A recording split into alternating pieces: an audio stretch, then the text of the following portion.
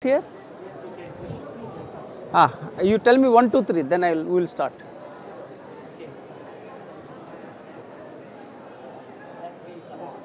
Hello, welcome to everybody. My name is Professor M.S. Rao. I have authored 36 leadership books. Today I am going to talk about the best-selling book 21 Success Sutras for CEOs. It is one of the best-selling books of mine.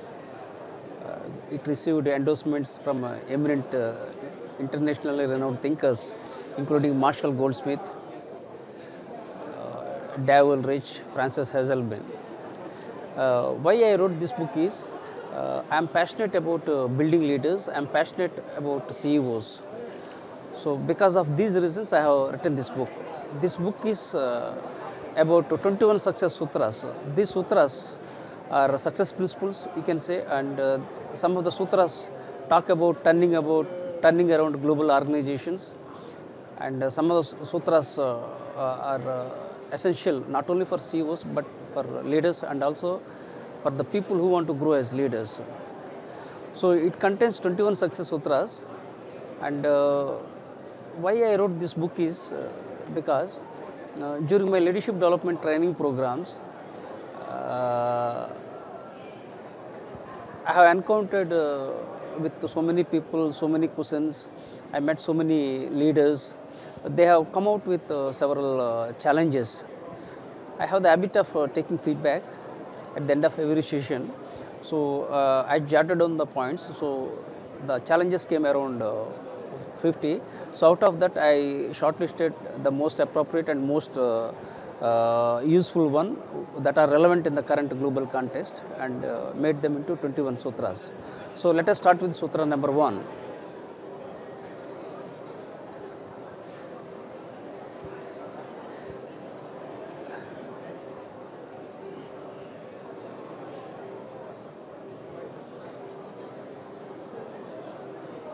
Communicate clearly. So in the chapter, I highlighted about Lee Kuan Yew, the leader of Singapore, who set a vision and made Singapore as one of the developed countries in the world.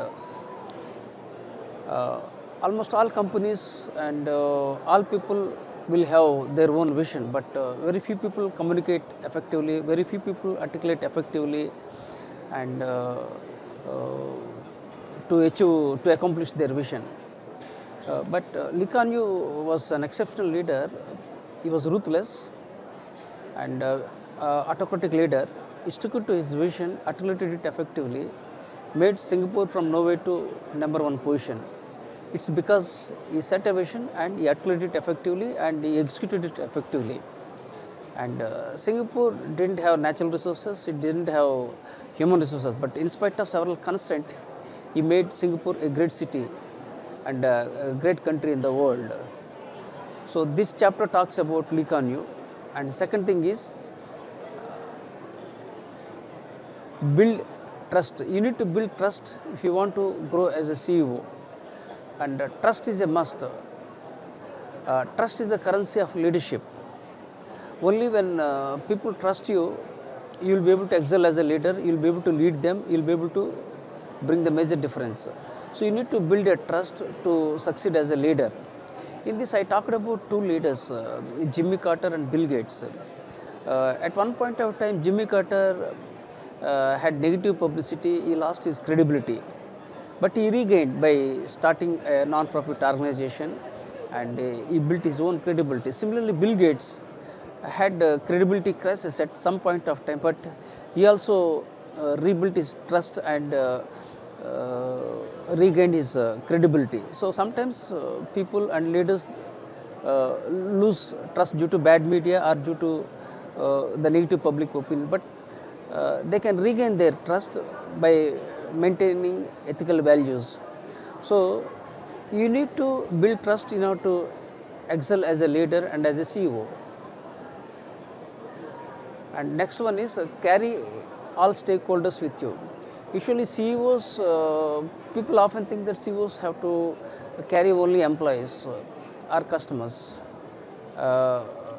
That's correct, that they have to handle employees and customers. They also have to handle various other stakeholders, including shareholders, financial institutions, media, government, all these things. So, in this sutra, I talked about John Mackay, the co-founder and co-CEO of Whole Foods.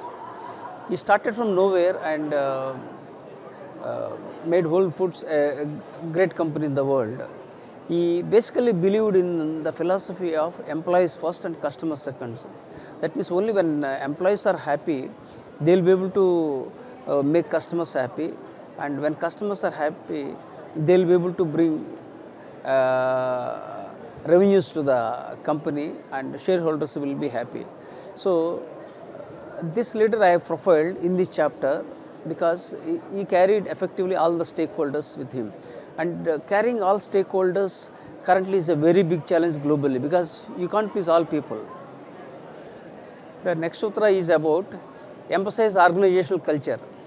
As individuals have culture, families have culture, similarly organizations have to have culture, and that organizational culture has to be emphasized and maintained by making it transparent.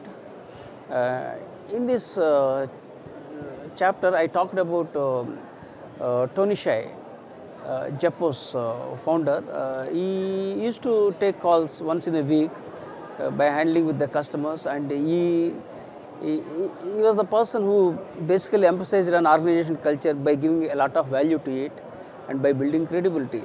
Even companies like Google, Southwest Airlines, and Japo's, they all have emphasized an organization culture. Sometime back, Satya Nadella, the CEO of Microsoft, also emphasized on organizational culture. Why we need to have organizational culture? Only when the culture is strong, the people can be brought to one platform, and they will be able to work together happily, and they will be able to add value to the organizations. And another thing is, strategy and culture are two eyes of an organization, and both have to go together to achieve organizational excellence. So, next sutra is about keep people before profit. So, in this I highlighted about Herb Kelleher, the co-founder and former CEO of Southwest Airlines. He valued people as people, not as workers. And he strictly believed in hiring people based on attitude. Nowadays, attitude is more emphasized than the experience globally, because when the attitude is good, employees will be able to add value to the organizations. So, at the time of recruitment, most of the employers are taking more interest in attitude. And there is a concept in HR, hire for attitude, train for skills. Usually what people think, if they have skills, they can get job.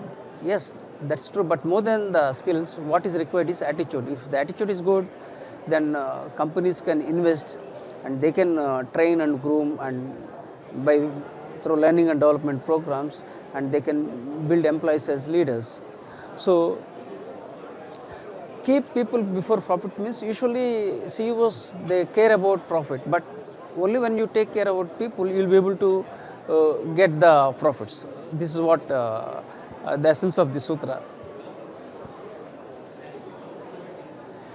Be adaptable. CEOs must adopt to be successful. And in this, I highlighted the profile of Jack Welch. Jack Welch, as we know, one of the best managers in the world, and he's very ruthless as a leader, but he means business. So, he led GE company and made one of the best companies in the world with his leadership by bringing drastic changes. He emphasized on so many innovative things like stretch goals and quality circles, all those things. And he believed in making into 3 layers: top, middle, and bottom. Bottom means the poor performance, top means the top performance, middle means mediocre performers. Those who do well, they can go to the top. Those who don't do well, they will be fired. So, that's how he created, and he succeeded. So, he believed basically in breaking bureaucratic bottlenecks and creating flat organizations. He didn't believe in micromanagement. He believed in delegation and empowerment. So, likewise, he brought a lot of changes. So what is required is you need to be adaptable to succeed in this competitive world.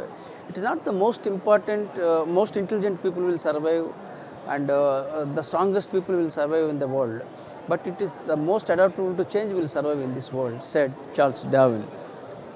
So next sutra is about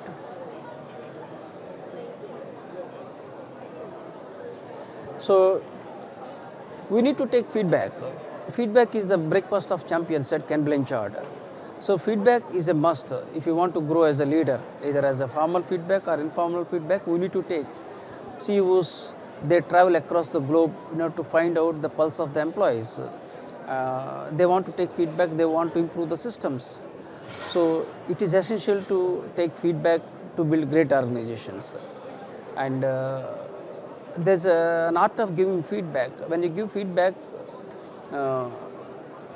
give it in a sandwich manner. That means when you want to highlight somebody's negative point, first start with positive thing, then followed by the negative thing that needs to be corrected, then conclude with the thing that is again positive. That means the negative message has to be put in the sandwich in the middle.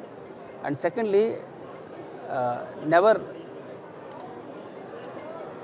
and secondly, emphasize on informal feedback also.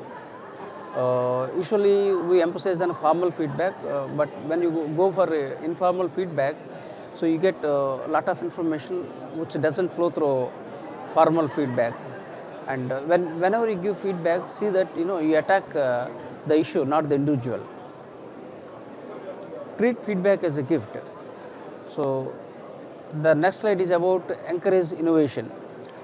When we talk about innovation, one person who strikes our mind is Steve Jobs. He was a striking story for inspiration across the world. He made Apple as one of the top companies because he continuously innovated. And innovation is a must in the current context to beat competition. People copy things and dump the goods and services into the market. But to beat that, you need to innovate. When you constantly innovate, you shell out new products and services, and you'll be able to get profits, and you'll be able to ensure customer satisfaction, customer loyalty, and you'll be able to beat the competition. So next sutra talks about see the big picture. The CEOs must see the big picture. So in this, I talked about leadership lessons from Warren Buffett. So next sutra is about overcome VUCA. VUCA stands for volatility, uncertainty, complexity, and ambiguity.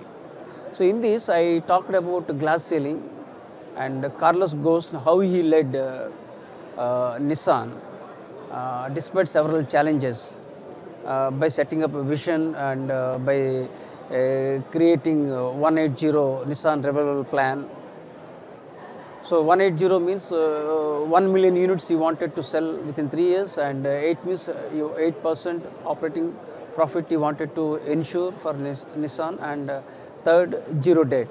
So 2002 he set the vision. By 2005 he made it a reality. Despite several challenges, he made it happen. So you can understand how capable Carlos Ghosn is, and this chapter talks about his profile and the takeaways from his leadership. So next sutra is about avoid information overload. So information, if you have information, that is food. If you have over information, that is a poison. So it talks about that the world is bombarded with lots of information, and at a time, once we crave, when we wanted information, we didn't get. Now, even though we don't want information, we are getting a lot of information.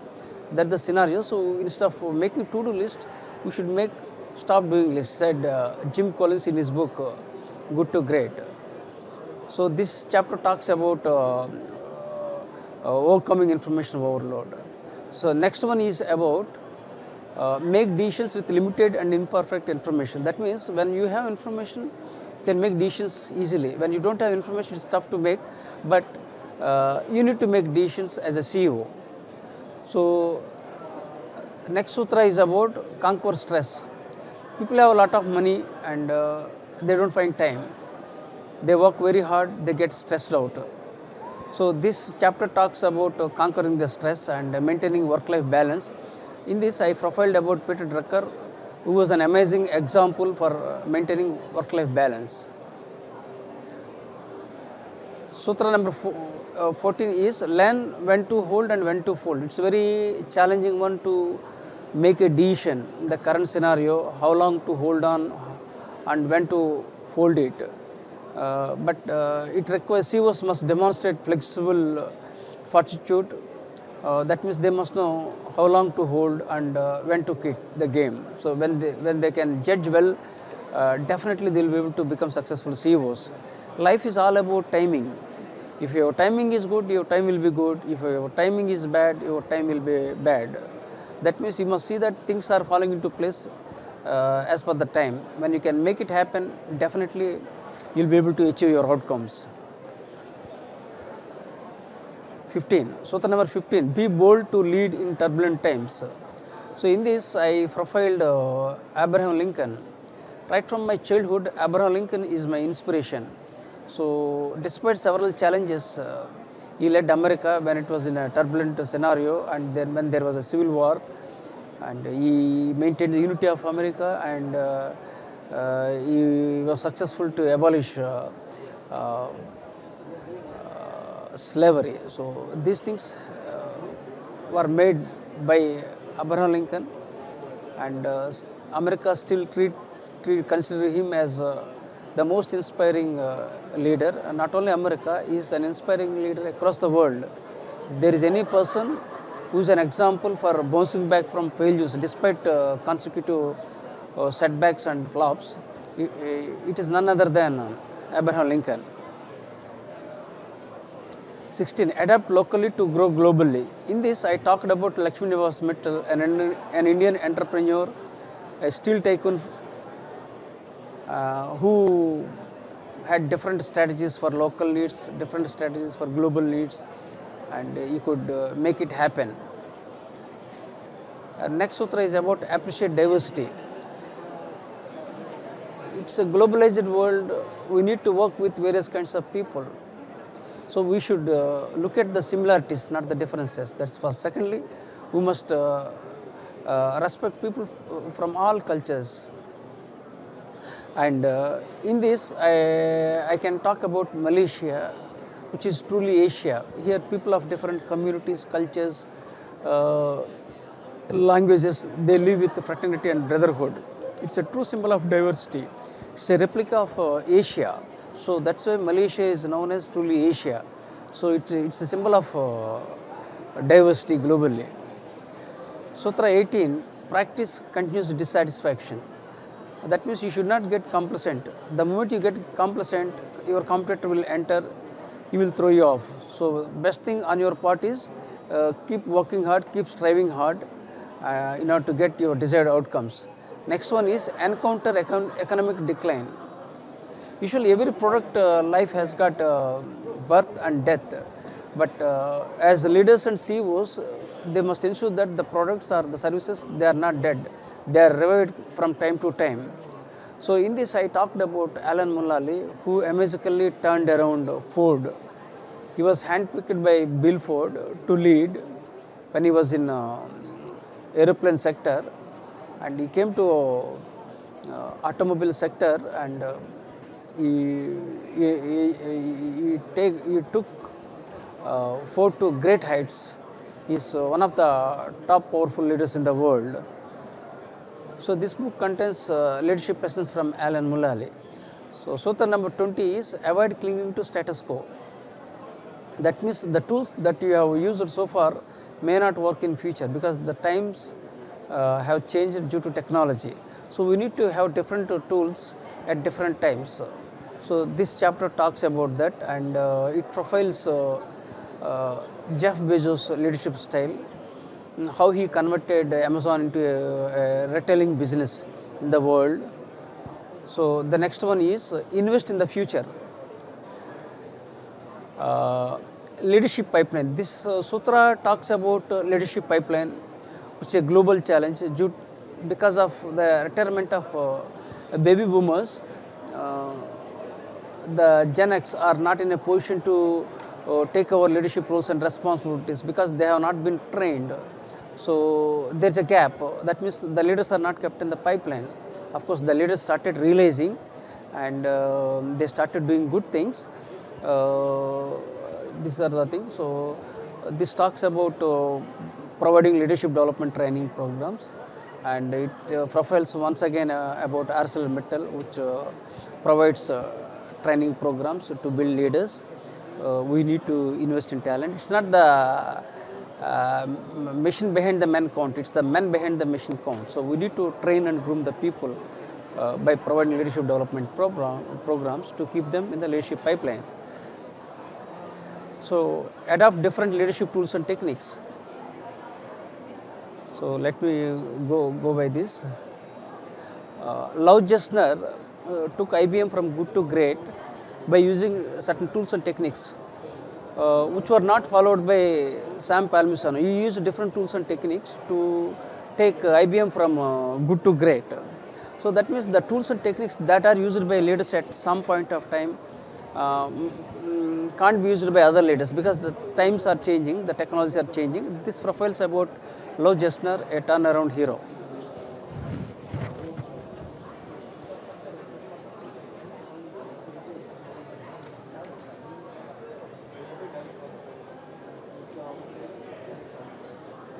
Yeah, coming to the conclusion,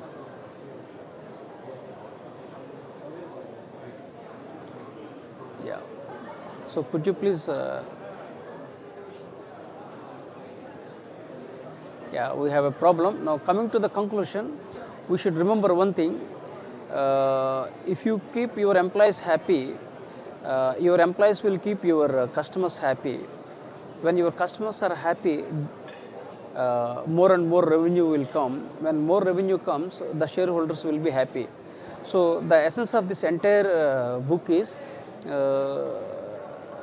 employees first, customers second, and shareholders third. That is the takeaway from this. And thank you very much for your time. You can post your feedback on my Facebook. When you Google Professor M.S. Rao, you will know about me, and I am available on various social media platforms like LinkedIn, Twitter, Google+.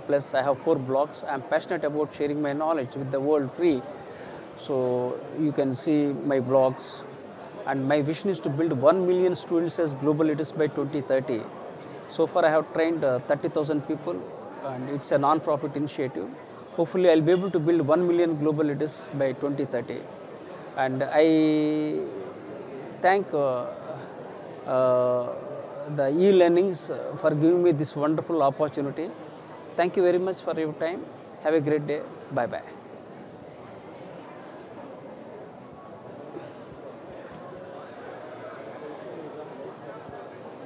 Ah.